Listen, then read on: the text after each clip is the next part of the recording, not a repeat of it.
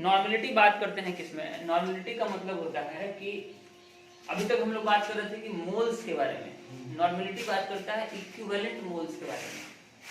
अब इक्विवेलेंट क्या होता है जी? किस चिड़िया का नाम है, पहले उसको समझ लें, तब नॉर्मेलिटी समझ में आएगा। इक्विवेलेंट जो है, इक्विवेलेंट मोल्स, तो बताइए मोल्स का फॉर्मूला क्या था? मोल्स का फॉर्मूला था मास बाई मोलर मास। तो इसमें इक्विवेलेंट में मोल अगर निकालना होगा तो फॉर्मूला क्या होगा? मास बाई इक्विवेलेंट मोलर मास। समझे?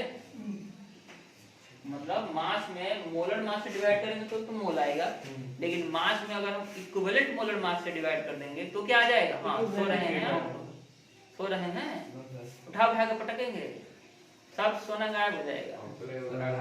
समझे?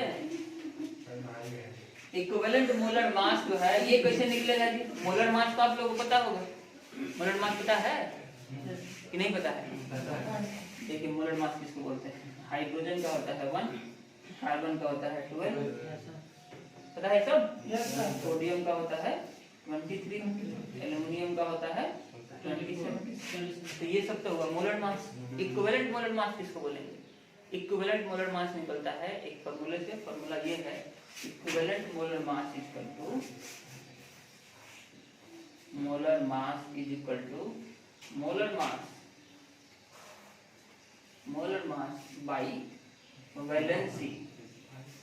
मोलर मास वैलेंसी, या फिर वैलेंसी से डिवाइड करते हैं या फिर चार्ज से डिवाइड करते हैं। ध्यान दीजिएगा, ये फॉर्मूला है।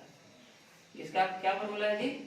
इक्विवेलेंट मोलर मास निकालने के लिए मोलर मास को किससे डिवाइड करेंगे? या तो वैलेंसी से या फिर चार्ज से। अब चार्ज क्या मतलब हुआ? चार्ज भी एक तरह से वैलेंसी को ही बताता है, बट थोड़ा सा घुमा के बोलते हैं ताकि आपके दिमाग में घुस जाए।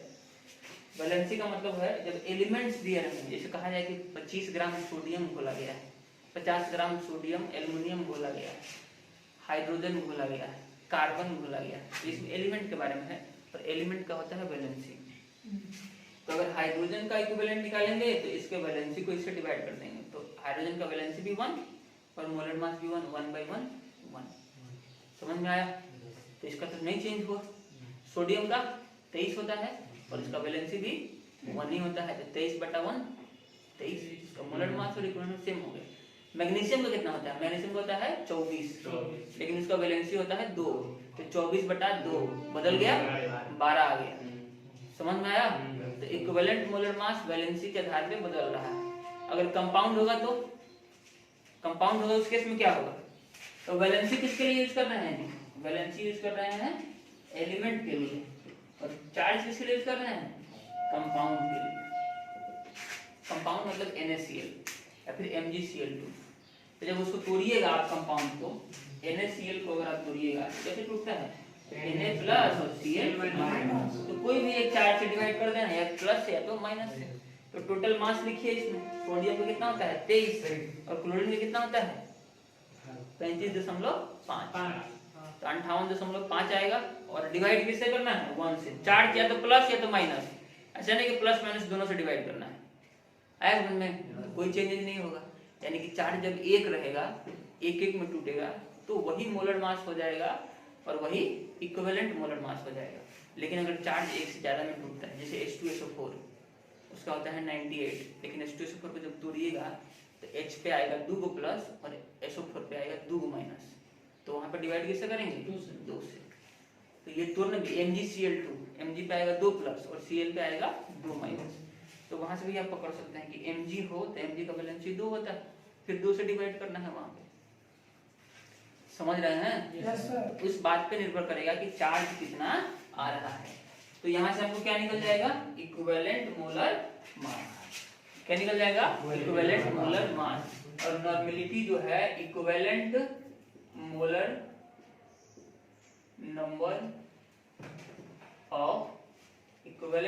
नंबर ऑफ सॉल्यूट और बाई वॉल्यूम ऑफ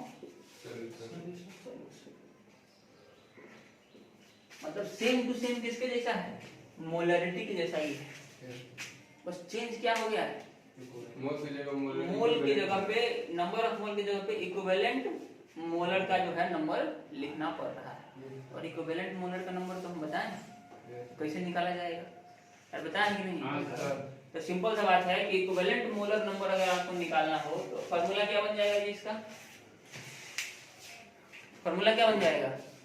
मास तो मास ही रहेगा, मतलब W2 और नीचे मोलर मास की जगह पे M2 लिखते थे, लेकिन इस बार क्या लिखेंगे? इक्विवेलेंट M2 और गुना 1000 और बटा V इन। तो कुल कितने फॉर्मूले आए जी?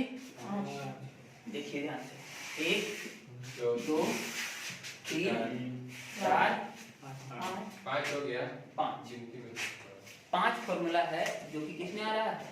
मोलर वाले में। और टोटल 3 और 3 6 फॉर्मूले हैं जो आ रहा है नॉन मोलर वाले में। उसमें 3 को तो लिखवाए हैं, लेकिन 3 को हम आपको लिखने के लिए बोले हैं, समझ में? 3 को किसको लिखने को बोले हैं? तो लिख दीजिएगा। यस सर, हम उम्मीद करते हैं ऐसा कि आप लिख दीजिए। यस सर, 11 को हो गया। तो कुल मिला के आज हम लोग का पहला सेक्शन कंप्लीट हो गया है, जिसका नाम है concentration and types of solution.